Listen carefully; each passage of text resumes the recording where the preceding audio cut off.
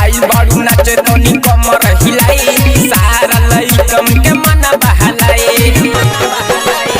आई बारू नाचे तनी कमर हिलाई सारा लइकम के मन बहलाई